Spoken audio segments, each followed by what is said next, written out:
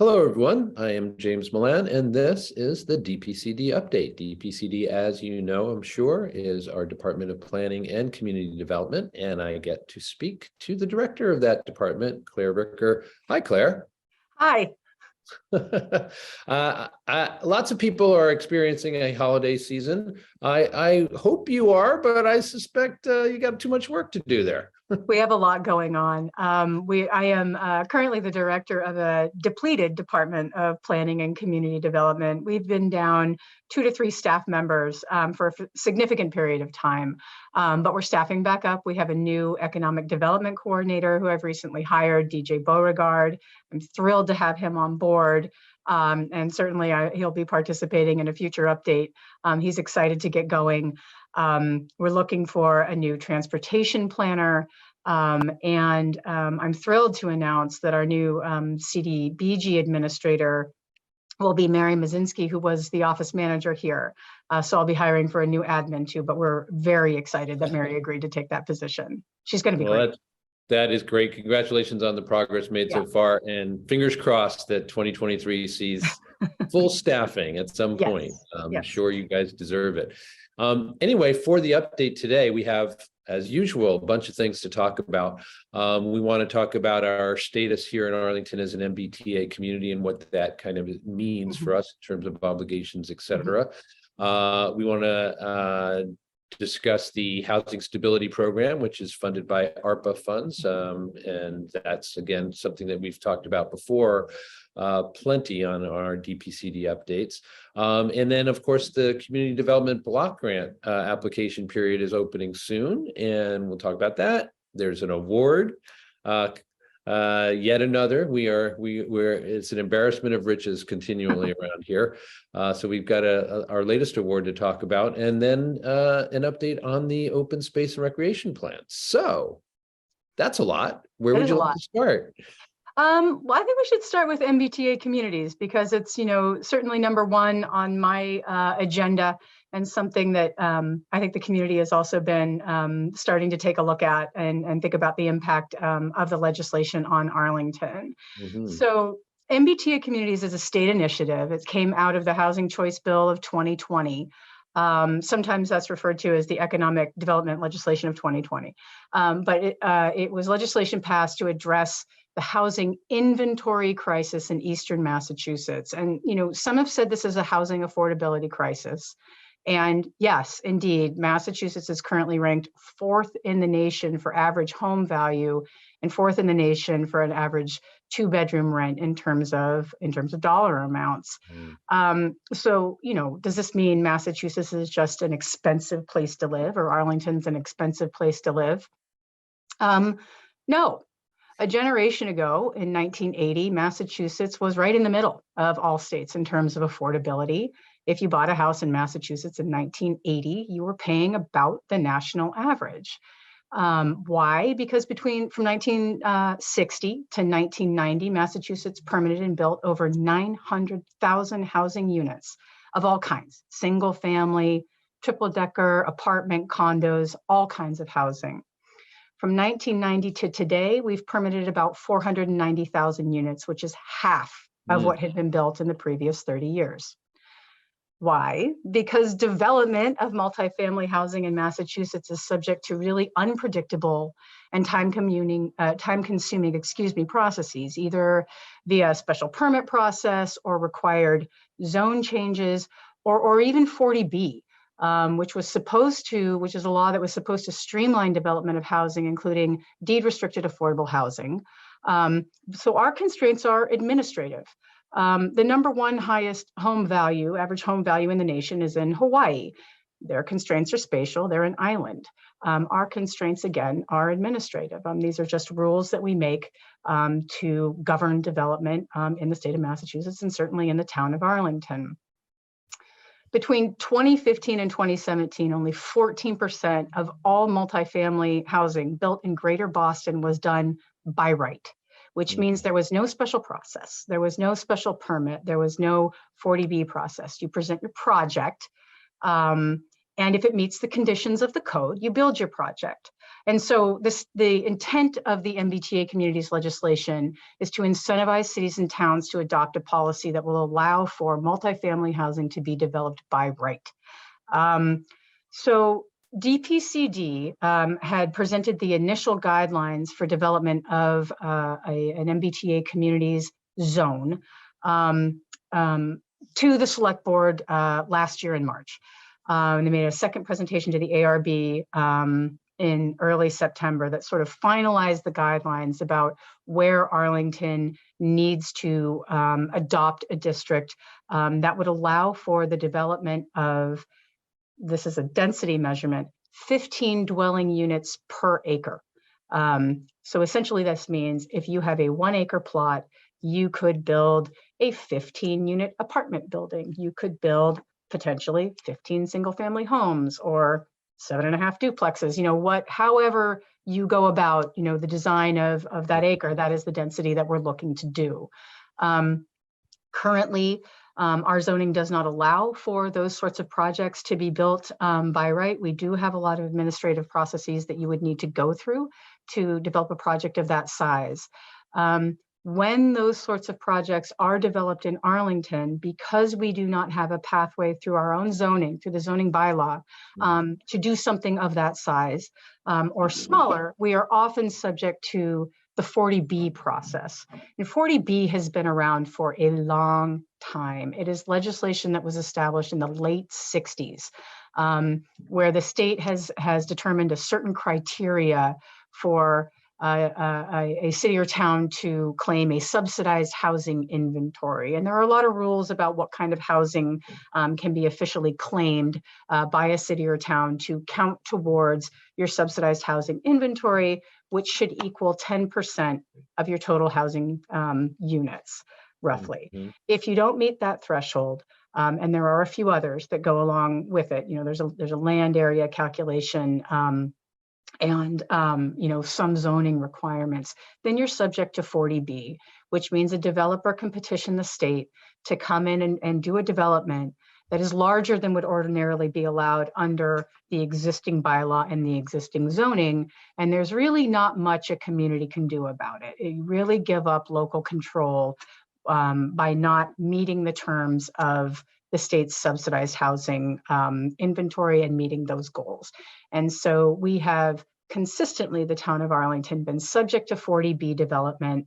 In fact, it is the path forward for 40B development that the town would like to see, like more affordable housing. And the way that those projects come through for approval is also through the 40B process. So really, we have sort of funneled developers into this strategy that is allowed by the state that for the development of more density in town, for the development of more affordable housing in town, and just for generally, more housing units than we would ordinarily allow under our bylaw. It's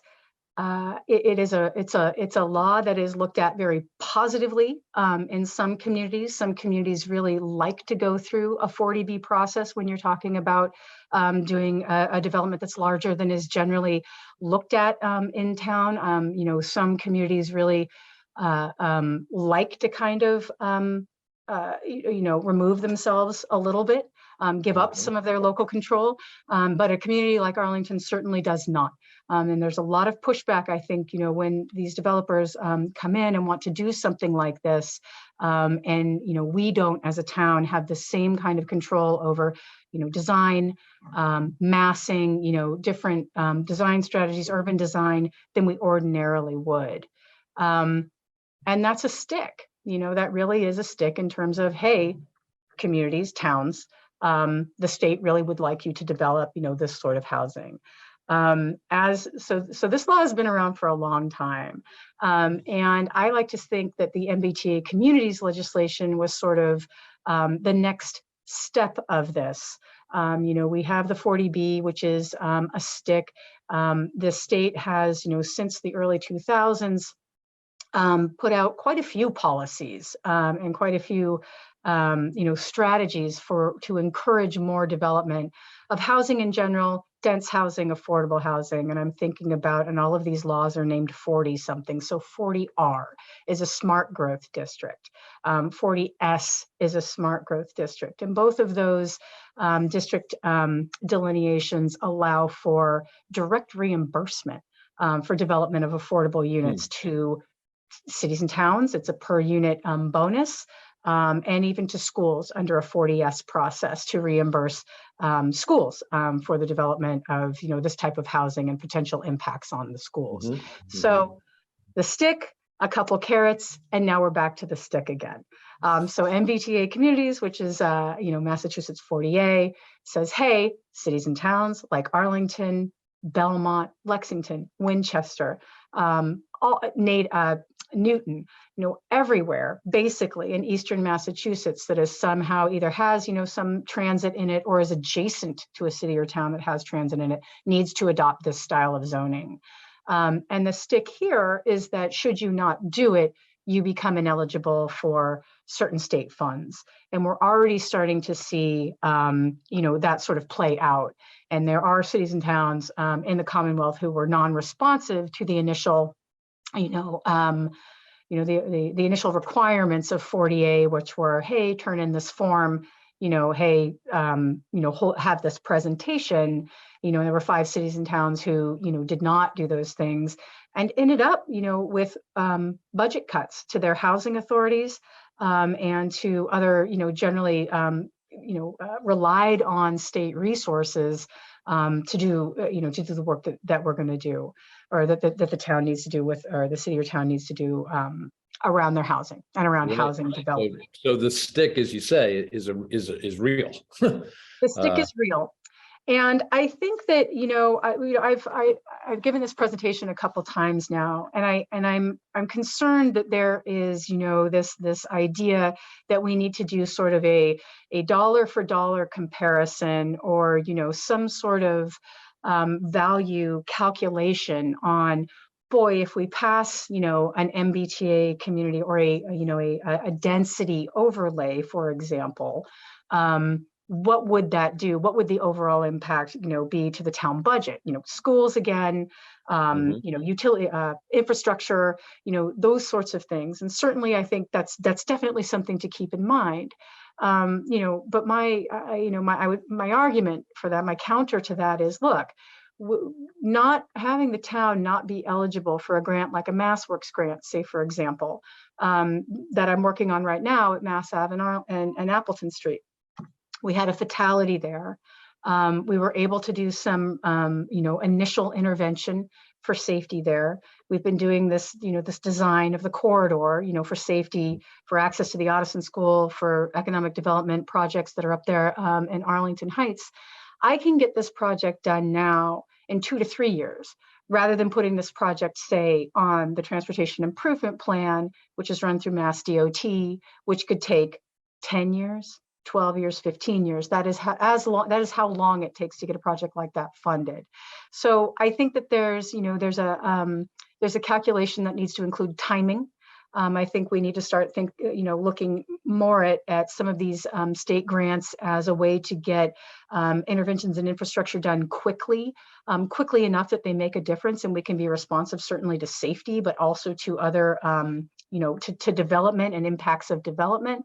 But we will be able to do that so much more quickly and in context with access to these sorts of state funding pockets. So again, it's very hard to evaluate, the impact of a zone like this on Arlington without also considering what we might lose and what we might lose access to. And I'm not exactly sure that's a dollar for dollar calculation. Well, I can tell just from the kind of the comprehensive treatment that you just gave this issue, taking us through the history and also just kind of the various knock-on effects, for instance, of the kinds of conversation, the outcome of the conversations that we're having in town all the time around our housing crisis here. be it affordable, be it inventory, however you want to think about it. Right. So I can tell you're anticipating that there may be some resistance, and you are providing, really good arguments for why it is that we really need to comply with these new obligations, and that the end result hopefully will in fact be more people able to live in Arlington in the same space that we have, because we know there's nothing we can do about that.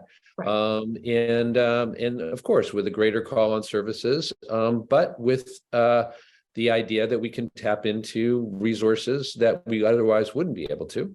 That's correct. If we do this. And so it can be done, but probably not, it sounds like from what you're saying, if we try and go it alone. Yeah, that's correct. And I think, one thing that has sort of struck me in this process is that, this is not anything that only Arlington is subject to. This is going to be, after this next, say year to 18 months, there will be communities across Eastern Massachusetts that are also adopting these types of zones in the same manner we are, to comply with the law, because we want access to state funds, et cetera, et cetera. And, we don't know how attractive Arlington is right now to a developer of, that style of development of housing. Are we more attractive than Newton? Are we more attractive than Watertown or Belmont? We just don't know. But again, my concern is that the community thinks, this is Arlington only, and there will be this huge wave of development descending that we may not be able to immediately absorb. Again, this is a policy, this is a law that's applicable everywhere, really in Eastern Mass and even in some of Western Mass. And so it will be opening up a quite a bit of development, not specifically in Arlington, although Arlington will be a participant. And, we were talking a little earlier, the boom of Boston over the last 20 years has had such positive impact on Arlington in terms of, certainly land value, but also different kinds of retail, different kinds of tenancy, very, very generally positive externalities that Arlington has been able to partake in. But we really do need to start to participate also in mitigating these negative externalities, like the housing crisis. And I think short of action, at the local level, the state has really intervened here and said, not just Arlington, all of us, all of these cities and towns will now be working towards that. So.